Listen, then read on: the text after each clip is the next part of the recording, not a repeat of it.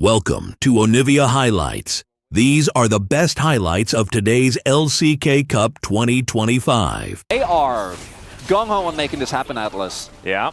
Well, let's see whether they can make it work. Lehen sitting at full health right now. Carrier wanting to find that cocoon, gets it, but great buffer on the anchor.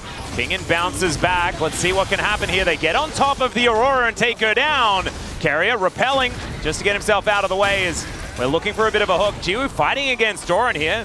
Doran winning out on that. Taking a lot from these shock blasts that are raining through from Doran. Fisher comes down to help out, so Gideon will be able to secure this. And then should also be in position to head over towards these grubs. I think it'll have to take some heroics from someone like Lehen's, perhaps, finding an engage that he's looking for. As Smash taking a bit of damage here as there's the flash forward. They get on top of Carrier. True shot barrage, they're trying to burst him, and they take him down!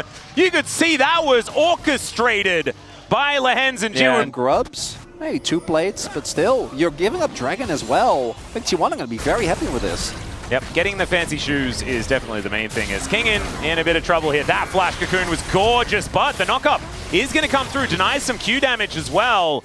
And so Lehen's saving his teammates left, right, and center. But Fisher, let's see whether he can be saved. Death Ray comes down, but not going to be able to do too much more as, my gosh, okay.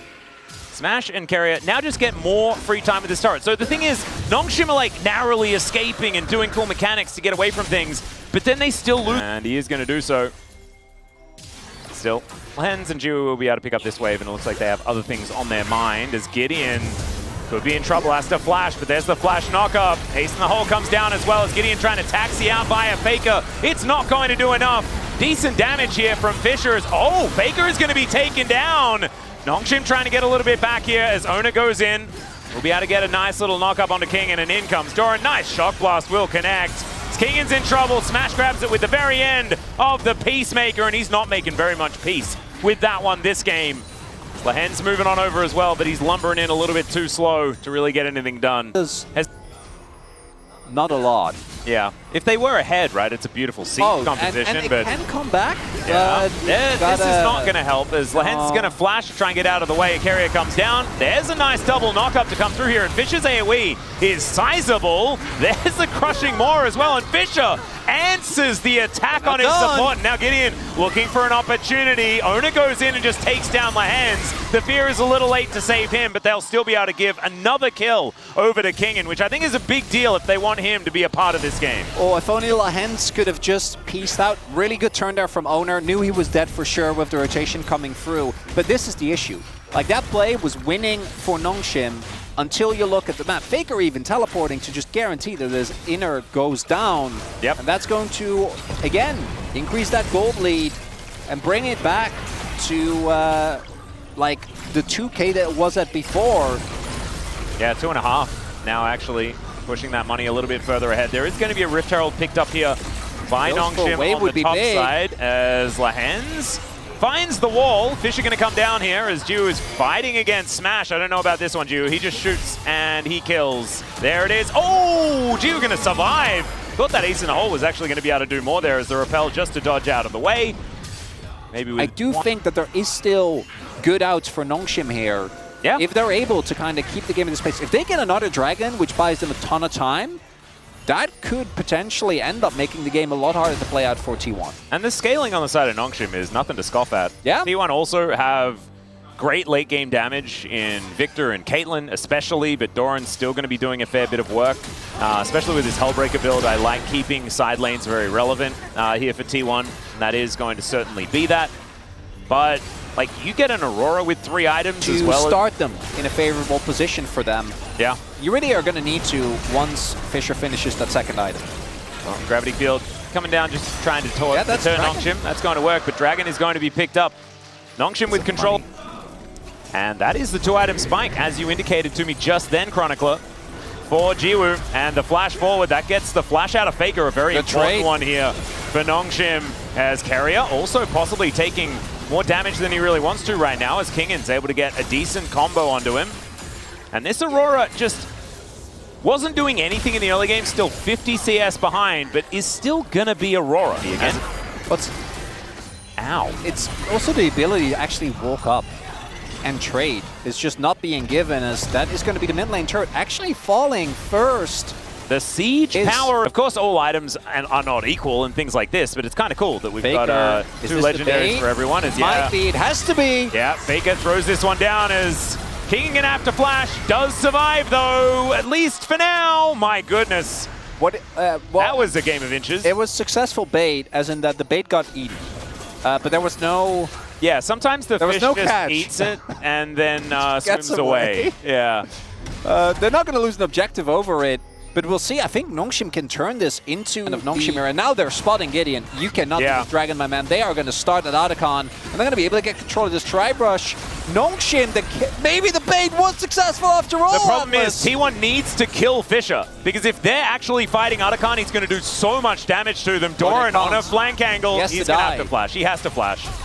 As Doran is going to discover the rest of them. Fisher flashes into him. I don't know about that one, but they do manage to take down Doran, because there is that unending despair, or the spiraling despair, as it's said. It's not actually the item. It is the... It looks like that is going to be the case right now. We do have lands and King towards the top side of the map, and Doran is up now.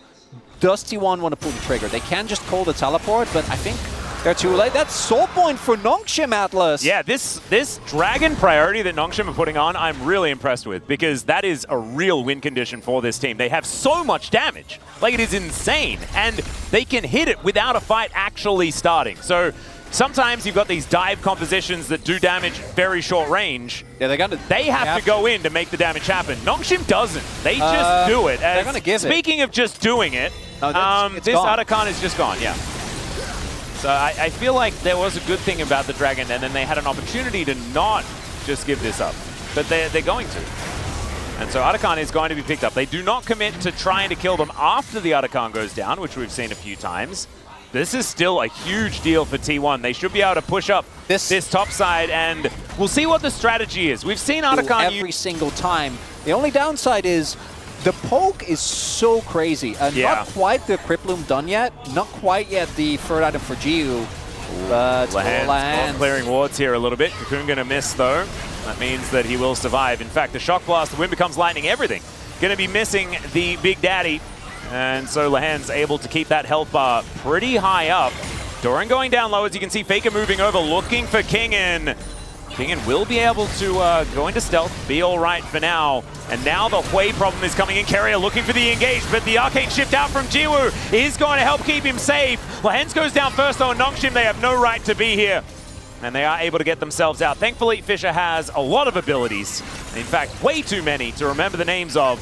And that line of damage, not going to be something they want to walk through. As now Kingen looking for Faker here, as he does a lot. But he may also just die as the ace in the hole threads the needle. They do trade, never mind, they don't trade it, because Faker just goes back to the base for a little while. And so that will be the Baron over to T1. Taken. T1 can't Otacon. And I think that Otacon was the way for T1 to get back. Now they got Otacon, now they got Dragon.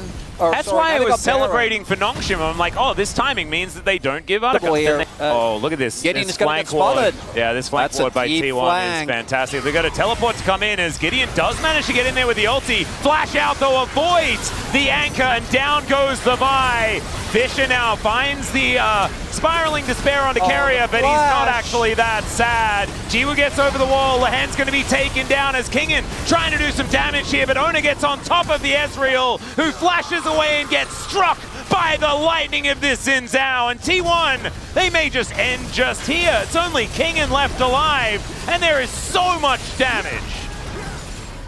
It's not the T1 Baron, it's the T1 Otacon that does Nongshim in. Yeah, one little kill for Kingen on the back end, but Nexus turrets are now falling.